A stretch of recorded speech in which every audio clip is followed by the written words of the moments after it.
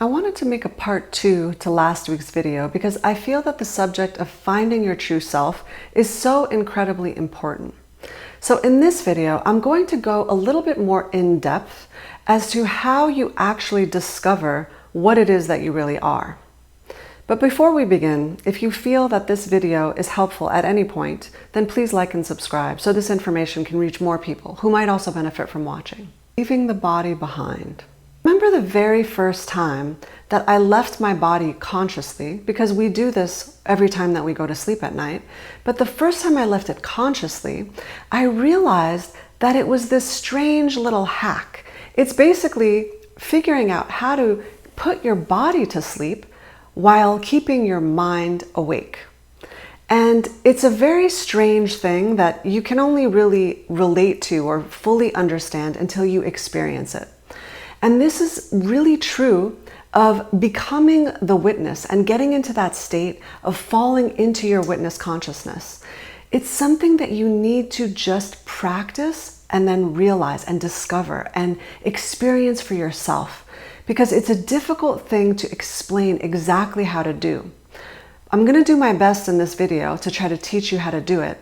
But my point with my astral projection experience was to make you realize that it's like anything in life. You know, if you try to ride a bike and you never have before, and people tell you as a little child, oh, it's like this is how you ride a bike, it's super fun, and after a while you can balance and you don't need training wheels. And that is exactly like learning how to sit in that seat of self. It's like learning how to ride a bike. And you only do that by actually getting on a bike. You're not going to learn how to ride a bike without a bike. So in order to learn, you need to practice this. So I know that I went over this in some detail, but I gave you broad strokes in the previous video about getting into that seat of witness consciousness. Let's finely tune how you actually get into that seat of consciousness. And I want to begin by telling you that there is this very strange sensation of dropping everything. And by that I mean there's a realization that needs to happen that you are none of the things that you are witnessing. You are not your thinking, you are not your feelings, you are not your body, you are not anything outside of you. And so if you can imagine or visualize, I'm very visual, so it helps me to be able to see things visually. If you can imagine everything just falling off, all of these things that are not you, see them sort of drop off and fall onto the ground. And start by doing that. Every time you feel that you're being pulled into something and you've identified with that thing, begin to just see it drop and fall away. So that's step one. Begin by realizing that once you start to notice all of these things that aren't you, just visualize them falling and dropping to the ground. I'm a very visual person, so it helps me to see things visually. If you're more auditory, maybe you can hear things dropping to the ground. It doesn't really matter, whatever works for you, but it's this sense of dropping, letting go of the things that you are not. Drop the distractions. Another thing that might happen, that usually happens, if something is really pulling us, drawing us, you can almost think of a thought or an emotion. If it's highly charged with a lot of energy, then it's going to have a lot of magnetic pull, and it's going to pull your awareness, your consciousness, it's going to pull it towards that thing. And your awareness has become distracted by this thing, typically an emotion. Emotions really have a lot of pull on us.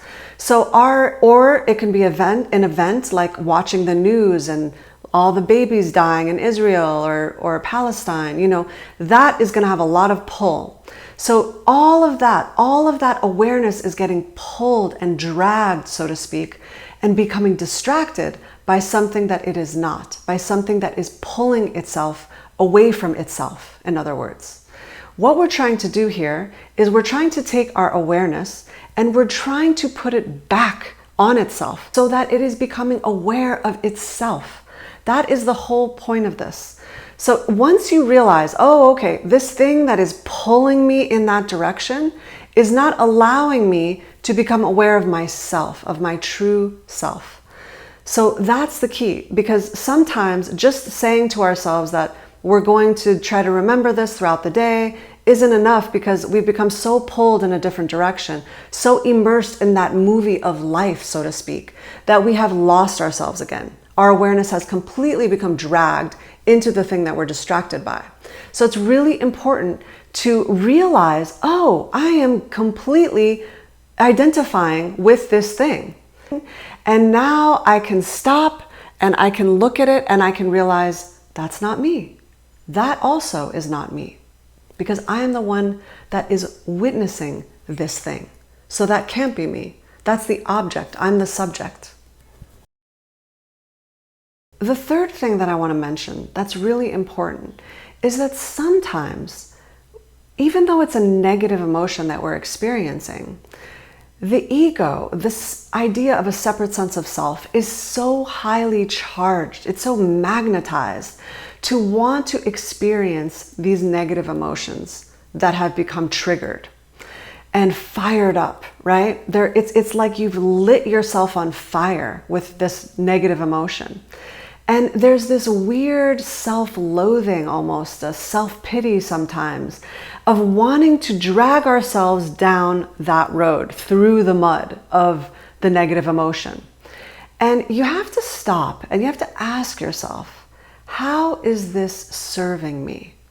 And what am I going to gain by going down this road?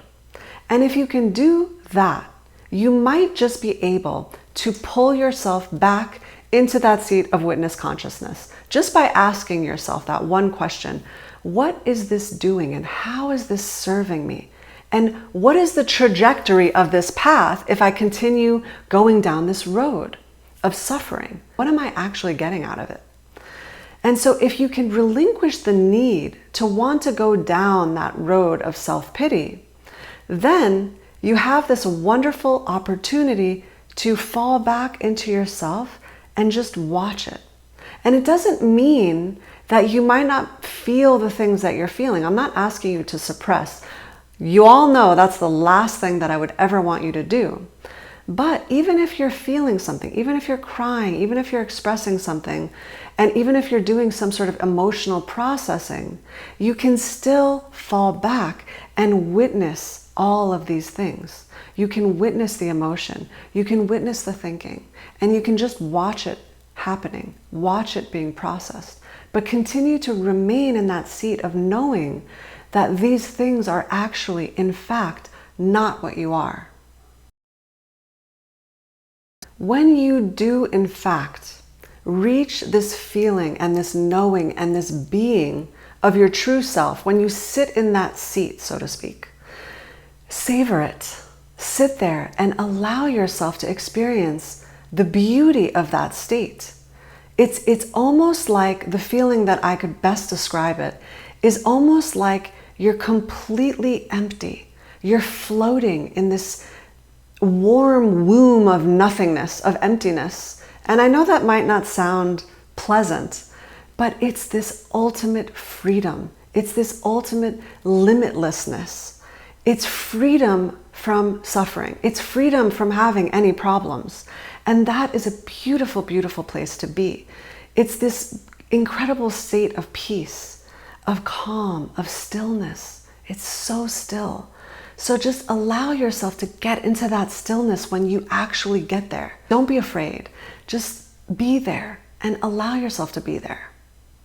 And then lastly, continue to do this as much as you can. I know I mentioned this in the last video, but this is such an important thing, because we are only going to be able to affect change on this planet in terms of peace and oneness and get rid of this sense of separation if we ourselves, each and every one of us, begin to do this. That is the most important thing. This is your work. This is everyone's work, is to begin to remember what you really are. Because then we are sitting in our true power. That's real power. Not being little, not playing it small.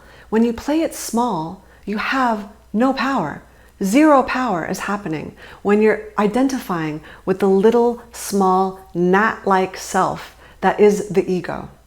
When you remember what it is that you are, you have an incredible amount of power to affect change on this planet.